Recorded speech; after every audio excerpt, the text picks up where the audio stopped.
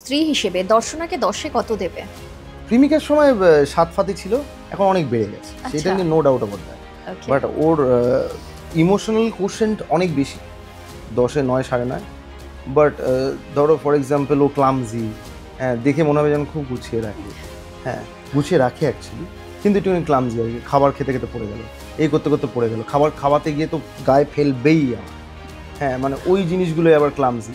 তো ওই সব কিছু মিলিয়ে মিশিয়ে নেগেটিভ পজিটিভ সব কিছু মিলিয়ে 8। একজন ভালো অভিনেতা হতে গেলে কি কি গুণ থাকা দরকার বলে তুমি মনে করো? তুমি কন্ট্রাডিক্ট করবে। একটা হচ্ছে অনেস্টি, হুম সেটা থাকতে বাধ্য। হুম দ্বিতীয় হচ্ছে তুমি কত সুন্দর মিথ্যে কথা বলতে পারো। মিথ্যে কথা। হ্যাঁ, ভাই, কারণ আমি একটা চরিত্র যখন করছি আমি সব কিছু পুরোটা তো মিথ্যে। বাচ্চার কথা বললে আমি ফ্যামিলি জানি ওই যে প্ল্যানিং আমি এর বলেই বুঝে গেছিলাম যে তুমি ছাপ দেবে ওদিকে। কি পরিকল্পনা? এখনও সেইভাবে পরিকল্পনা নেই, বাট আমার মনে হয় যে if you want to think about kids in the future, you should have a plan. Dream ডেটে যদি যাওয়ার একটা সুযোগ আসে তোমার লাইফে, দর্শনাকে ছাড়া আর কাকে নিয়ে যেতে চাইবে? দর্শনাকে নিয়ে যাও। ওকে ওটা ছাড়া? ড্রিম ডেট হবে না, ওটা এমনি ডেট একটা হলো। বা সুযোগ এলো, দর্শনা আমি যেতেই চাই, যেতেই চাও না? আমি সত্যি বলছি। এটা কিন্তু আমি নাম বললে ওর কিছু যায় আসবে না, ওকে। অন্য কারোর নাম বললে ওর কিচ্ছু যায় আসবে না, কিন্তু আমি ভাবতেই চাই না। Dream date will always be with my wife.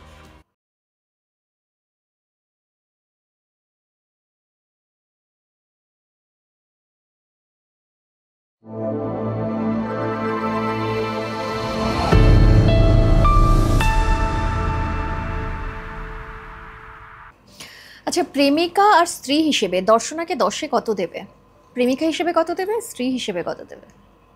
ওরও জার্নির দরকার না? হুম ওরও তো একটা জার্নির দরকার। ঠিক। 10-এ 10 দিলে তো হবে না। হ্যাঁ, তোমার যদি ফিল হয় 10-এ 10 পাওয়ার মতনই, ডেফিনেটলি দেবে। প্রেমিকা, আমি প্রেমিকা হিসেবে বেশি দেবো একটু। বা আমাদের স্ত্রী, এখন তো স্ত্রী হয়ে গেছে, প্রেমিকা হিসেবে দিতে পারবো না নাম্বারটা না না, আমি। তবুও দাও। সে সময়টা কিরম ছিল? 10-এ 10-এর মতন ছিল? প্রেমিকার সময় 7 ফাতি ছিল, এখন অনেক বেড়ে গেছে। সেটা আচ্ছা। নিয়ে no doubt about that. Okay. But ওর ইমোশনাল কোশেন্ট অনেক বেশি। 10-এ 9, 9.5।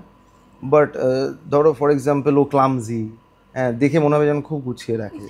হ্যাঁ, গুছিয়ে রাখে অ্যাকচুয়ালি, কিন্তু একটুখানি ক্লামজি আর কি। খাবার খেতে খেতে পড়ে গেল, এই করতে করতে পড়ে গেল, খাবার খাওয়াতে গিয়ে তো গায়ে ফেলবেই আমার।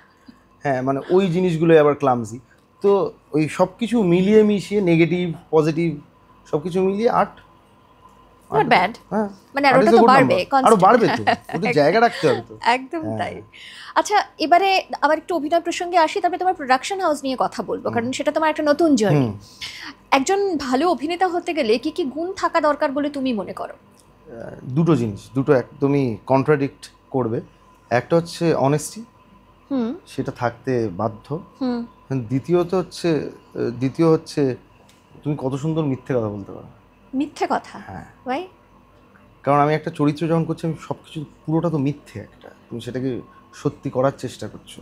তো আই ফিল সামওয়্যার আমি খুব ভালো মিথ্যে বলতে পারতাম ছোটোবেলায়। আচ্ছা। হ্যাঁ, এখনও যে পারি না এমন নয়, কিন্তু এখন দরকার পড়ে না। কিন্তু আমি মিথ্যেটা এত সুন্দরভাবে আমার সত্যির থেকে ভালো মিথ্যে বলবো আর কি।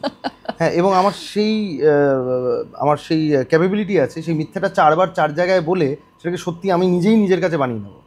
হ্যাঁ, ওকে। তো তারপরে যখন আমি বলছি, মানে ওটার থেকে সত্যি আর কিছু হতে পারে না। যে সত্যি বলছে তাকেও মিথ্যে লাগছে আর কি। তারপর তোমার মনে থাকে তো যে কথাটা মিথ্যে ছিল? সেটা আমি ভুলে যাই, অনেক সময় ভুলে গেছি যে এটা মিথ্যে ছিল, এটা আমি একটা গল্প বানিয়ে দিয়েছি, এটাতেই আমি রাজ করছি, বিশ্বাস করছি। একদম। হ্যাঁ, তো সেইটা আমার মনে হয় যে এই দুটো জিনিস, অনেস্টি। অনেস্টিটা কেন? যে কোনো কাজে, কারণ তুমি আজকে অনেস্ট না হলে, শোনো, ক্যামেরায় বা অভিনয় আমার মনে হয় লেন্স কখনো সব কিছু দেখতে পায়, যেটা মানুষ দেখতে পায় না সেটা লেন্স দেখতে পায়।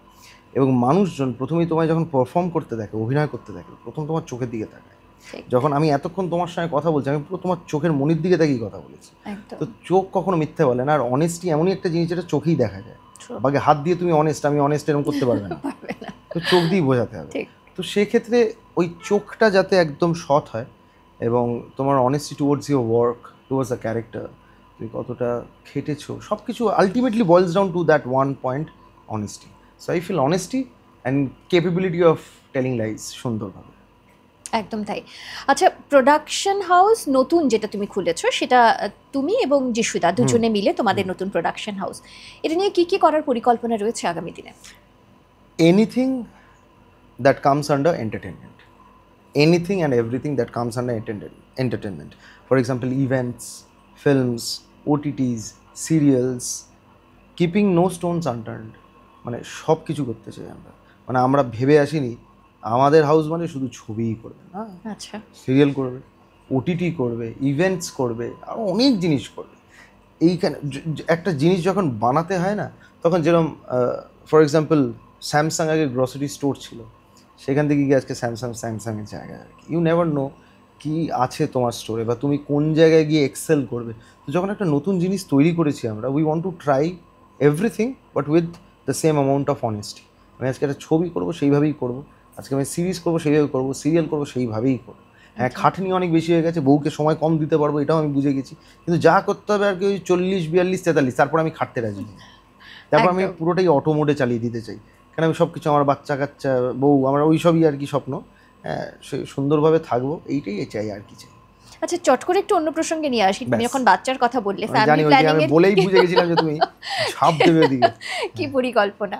এখনও সেইভাবে পরিকল্পনা নেই, বাট আমার মনে হয় যে you know if you want to think about kids in the future, you should have a plan.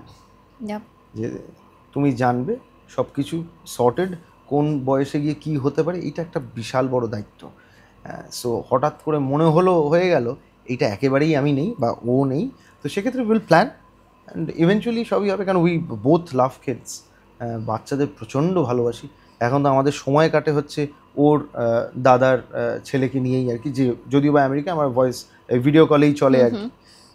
তো সেইটা ওকে নিয়েই চলে আর কি। তো পরবর্তীকালে আমাদেরটা নিয়েও চলবে।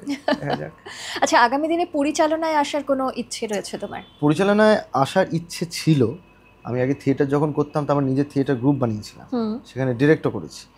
তো পরিচালনায় আসার ইচ্ছে ছিল 2019, 2020, 2021, সেটা আবার এখন ব্যাকে চলে গেছে। এখন একটুখানি এই প্রোডাকশনটা নিয়ে বা অভিনয়টাতেই মনোযোগ দিতে চাই।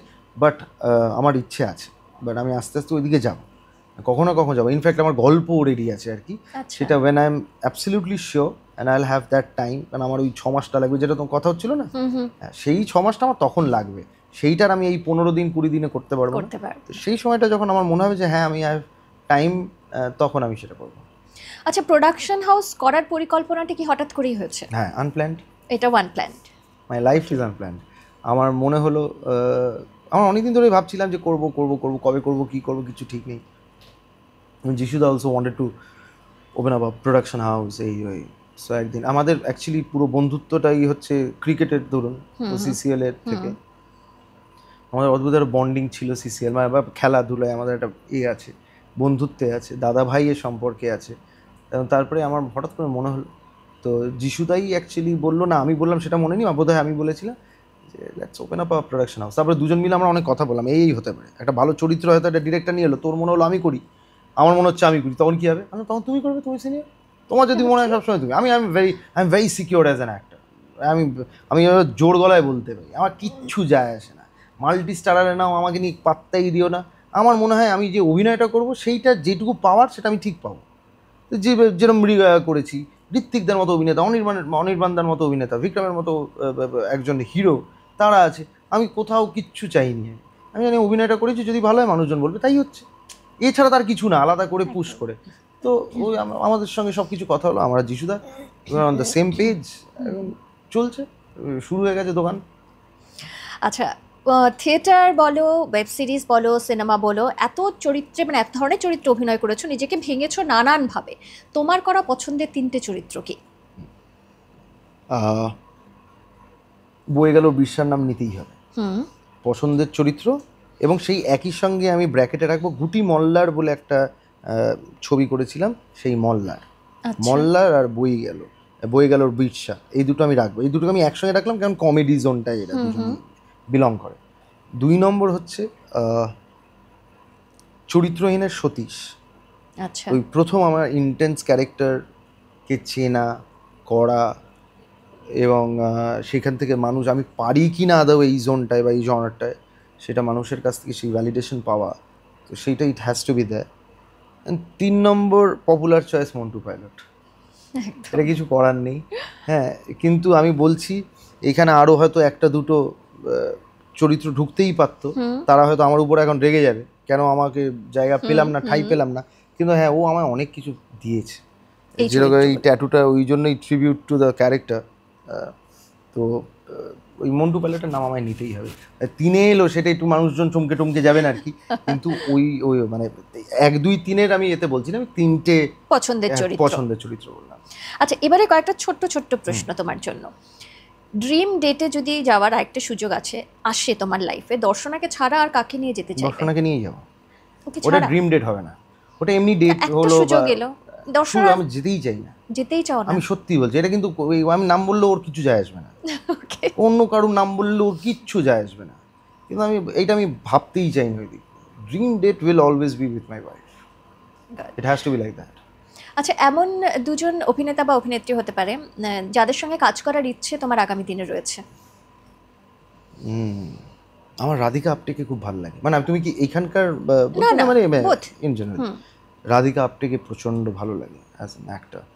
তো রাধিকা আপ্টে, আর একজন পুরুষ মানুষ, পুরুষ হতে পারেন, মহিলাও হতে মহিলা পারেন, হতে অভিনেতা অভিনেত্রী যে কেউ হতে পারে। আচ্ছা, আর একজন নাসিরুদ্দিন শাহ মেবি, মানে ইরফান খানকে তো পেলাম না। হ্যাঁ, তো মানে নাসিরুদ্দিন দুজনেরই শাহ। অভিনয়, রাধিকা আপ্তে বলো, নাসিরুদ্দিন শাহ আচ্ছা। বলো, এবং অভিনয়ের জন্যই তাদের সঙ্গে কাজ করার হ্যাঁ হ্যাঁ ইচ্ছে রয়েছে। আচ্ছা, তোমাকে যদি চুজ করতে বলা হয় দুটো জিনিসের মধ্যে, আম, কি চুজ করবে, থিয়েটার না সিনেমা? এইসব পেট আর মনের বা এই হার্ট আর ব্রেনের মতো হয়ে গেল হ্যাঁ। বিষয়টা। দুজনকেই চুজ করবো আমি, এখান থেকে না একজনকে চুজ না, করতে যে পারবো কোনো না। একটা। সিনেমা আমাকে সেই পরিচিতি দিয়েছে, কিন্তু থিয়েটার আমাকে একটাই বাঁচতে বাঁচতে হবে, দিয়েছে। সব জায়গায় এরকম হবে না, মানে একটা তো বাঁচতেই হবে। সব বোদ্ধারা থিয়েটারই বলবে, আমি সিনেমা বললাম। আচ্ছা, ইস্কাবান না মন্টু পাইলট? এইটা কেন করে দিলে? ওই চরিত্রটা যে আশেপাশে ঘুরে রেগে গেছিল আমার উপর, সেটা ইস্কাবনের চরিত্রটাই ছিল। মন্টু পাইলট, মন্টু পাইলট অনেক দিয়েছে আমার। মন্টু পাইলট। বৃষ্টি না বসন্ত? বৃষ্টি এনি ডে। আমার বোনের নাম বর্ষা। তাই? আচ্ছা, মানে সেদিনকে মানে 95-এর নভেম্বরে তখন আনটাইমলি একটা বৃষ্টি হয়, ফ্লাড হয়ে গেছিলো। আমার হাইট এরম ছিল, জল এরম ছিল, ওরম অবস্থায় বিআর সিং হাসপাতালে ওকে দেখতে গেছিলাম। এবং আমি যাবোই, বাবা বলছিল বাড়ি চলে, আমি হচ্ছে না। সকালবেলা বেরিয়েছিলাম, 7:45-এর সময় বিআর সিংয়ে ঢুকেছিলাম, তখন বন্ধ হয়ে গেছে, ভিজিটিং আজ শেষ, তাও আমাদের ঢুকতে দিয়েছিল, বোনকে দেখেছিলাম। সেইখান থেকেই আমার বোনের সঙ্গে আমার কানেকশন সেখান থেকে শুরু। নামটা কে রেখেছিল তুমি? বর্ষা। মানে বর্ষা নামটা না, ওটা আমাদের ওটা এমনি? দিদা মা, আচ্ছা। হ্যাঁ ওরম ভাবেই রাখা, ওতে আমার কোনো হাত নেই। ওকে। আচ্ছা, অবসর দিনে বন্ধুর সঙ্গে সময় কাটাতে বেশি ভালো লাগবে না প্রেমিকা? বউয়ের বউ হ্যাঁ, বউ এখন তো বউ প্রেম। অবভিয়াসলি, অবসর সময় বউ। তাছাড়া যখন ওই কাজের পরে একটু আড্ডা জোনটা, ওখানে বন্ধুকে ঢুকিয়ে নেব। ওকে। উত্তম কুমার না অমিতাভ বচ্চন? Uttam Kumar any day. পাহাড় না সমুদ্র? পাহাড় না সমুদ্র? যখন আমি প্রেম করতাম তখন পাহাড় ছিল, এখন সমুদ্র হয়ে গেছে। কেন চেঞ্জ কেন হলো? বউয়ের পছন্দ সমুদ্র? বউয়ের পছন্দ সমুদ্র, কিন্তু সেটার জন্য চেঞ্জ হয়নি। তাহলে চেঞ্জ হয়েছে তখন না একটুখানি ওই দুঃখ বিলাসে বেশি থাকতাম, একটু ডিপ্রেশনটাকে টেনে আয় আয় ভাই ঘরে ঢোক, এরম টাইপের একটা জোনে থাকতাম। আচ্ছা, বাট এখন আমি পুরোপুরি সমুদ্রে চলে গেছি। পাহাড় ভালো লাগে না এমন একদমই নয় আর কি, পুরোনো প্রেম তো পুরোনো প্রেমই থাকে, কিন্তু সমুদ্রও ভালো লাগে। ওকে। আচ্ছা, হিন্দিতে যেমন বলে যে ইশক, প্যার, মোহাব্বত তিনটে নাকি আলাদা, মানে এক একটা ভাগ এক একটার রয়েছে, আচ্ছা, মানে যেটা বিভিন্ন মাধ্যমে বলা হয়। কিন্তু বাংলায় পুরোটাই ভালোবাসা। ভালোবাসা। ভালোবাসা মানে আমরা পুরোটাই বুঝি, সেখানের গভীরতা বলো যা বলো পুরোটাই ভালোবাসা, কোনো রকম ফের আমরা বুঝতে পারি না। তোমার কি মনে হয়? আমার তো একদমই পারফেক্ট, মানে আমার তো মনে হয় ভালোবাসা, যার যে শব্দের মধ্যে বাসা আছে, তো আমরা বুঝতেই পারছি যে home, we are talking about home, তো সেই বিষয়টা আছে একটা ভালোবাসা। তো সেক্ষেত্রে আমার বউয়ের নামও কিন্তু আমার ফোনে এখনো হোম বলেই সেভ করা। আচ্ছা, হ্যাঁ। ওকে। তো মানে এটাই তোমার বুঝি। এই পার্থক্যটা মনে হয় না, মানে এই যে প্যার ইশক না, মোহাব্বত, ওটা একটাই মানে হয়। ইশক আর মোহাব্বত নাকি সেটা অনেকটা ওই পাওয়া না পাওয়া যাই হোক, ইশক আর মোহাব্বত হবে। ভালোবাসা থাকুক, তাতেও তো আমরা ভালোবাসাই বলি। তো সেক্ষেত্রে আমার মনে হয় যে পুরোটাই ভালোবাসা। কাউকে না পেলেও কি ভালোবাসাটা থাকে? হ্যাঁ, থাকতেই পারে, থাকে। না থাকার কিছুই নেই, থাকতেই পারে, অ্যাবসলিউটলি। ওকে, তার মানে তোমার কাছে ভালোবাসা কি তাহলে? আমার কাছে ভালোবাসা কি, ভালো থাকা, এবং অবভিয়াসলি ইমোশনালি, ফিজিক্যালি কানেক্টেড থাকা সেই মানুষের সঙ্গে, তার ভালোতে নিজের ভালো ভাবা এবং তাকে রেসপেক্ট দেওয়া। বাহ। আচ্ছা, লাইফে যদি একটা সুযোগ আসে, তোমার নিজের একটা কিছু জিনিস পাল্টে ফেলতে পারবে, একটাই সুযোগ এলো, কি পাল্টে ফেলতে চাইবে?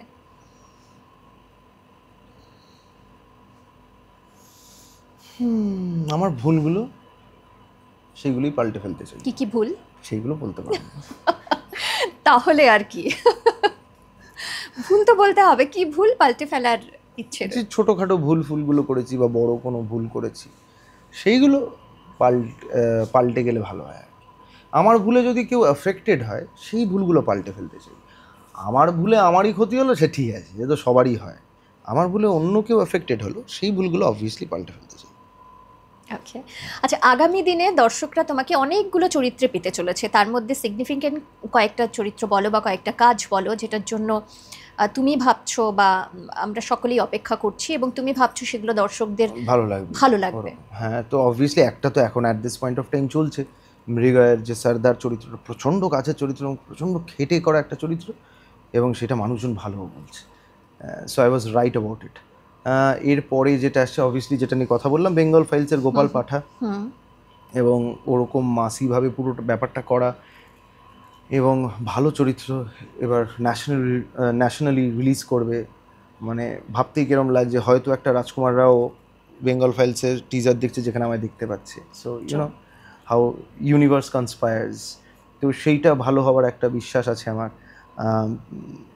অ্যাকাডেমি অফ ফাইন আর্টস বলে একটা ছবি করেছিলাম, তো সেটাও মুক্তি পাবে, সেটাও প্রচণ্ড ভালো একটা কাজ, এবং আমার চরিত্রটা মানুষের ভালো লাগতে পারে ওরম একটা জোনে। ব্যাস এই তিনটেই আপাতত যেটা আমার মনে হয় যে কাজগুলো আমি একটুখানি তাকিয়ে আছি আর কি। তোমায় যারা ভালোবাসে, তোমায় যারা পছন্দ করে, তোমার অভিনয় যারা পছন্দ করেন, তাদেরকে কি বলতে চাইবে একদম শেষে এসে? তাদেরকে বলবো thank you so very much, একটা নগণ্য মানুষকে এত স্বপ্ন দেখানোর জন্য, এবং যেটুকু ভালোবেসেছেন সেইটুকু ভালোবাসার জন্য। আমি ইন্টারভিউর প্রথমেই বলেছিলাম যে আপনারা ভালো বললেও আমি দেখি না, বাট কোথাও না কোথাও সেটা আমার কাছে ঠিক পৌঁছায়, হয়তো আপনারা মেনশন করেন, সেইখান থেকে পৌঁছায়, চোখে পড়ে যায় ঠিকই। তো সেক্ষেত্রে thank you so very much, আমি প্রচণ্ড গ্রেটফুল, অনার্ড, হাম্বেলড, যেইটুকু এখনও পর্যন্ত করতে পেরেছি আপনাদের জন্য।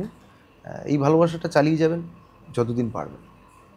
Thank you so much Sourav, এতটা সময় আমাদের দেবী আনলিস্টে দেওয়ার জন্য, এই আড্ডায় আসার জন্য অনেক ধন্যবাদ। আর ধন্যবাদ আপনাদেরও, তবে যাদের কথা না বললেই নয়, ফার্নিটেল স্টুডিও আমাদের ভেন্যু পার্টনার, যেখানে বসে আজকে আমাদের এই পডকাস্টের আড্ডা চলছে। এবং thank you so much Bancharam, মিষ্টিমানি বাঞ্ছারাম, তাদের তরফ থেকে একটা গিফট হ্যাম্পার রয়েছে সৌরভের জন্য। লাভলি।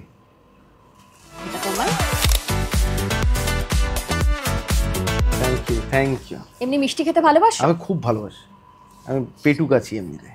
ওকে।